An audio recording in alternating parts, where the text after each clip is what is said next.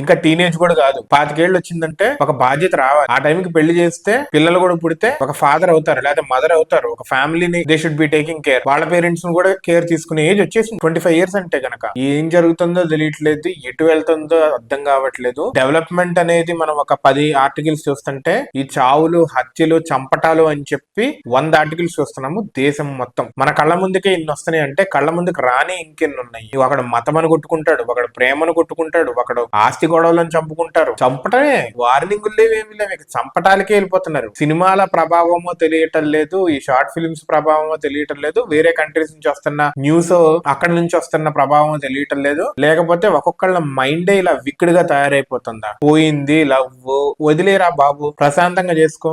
ఎవడు వినట్లే, చంపటమే. చంపిన తర్వాత ఆడికి తెలియట్లేదా? ఆడు తాగేసి చేస్తున్నాడే, డ్రగ్ దీంట్లో చేస్తున్నాడో తెలియదా? చంపితే వాడి కోపం అప్పటికి పోద్ది, తర్వాత ఆడంతా బొక్కలో ఉంటాడు, జైల్లో ఉంటాడు, తుక్కుగా కొడతారన్న విషయం తెలియదా? సావండి, ఎటు ఏం చేస్తారో తెలియదు.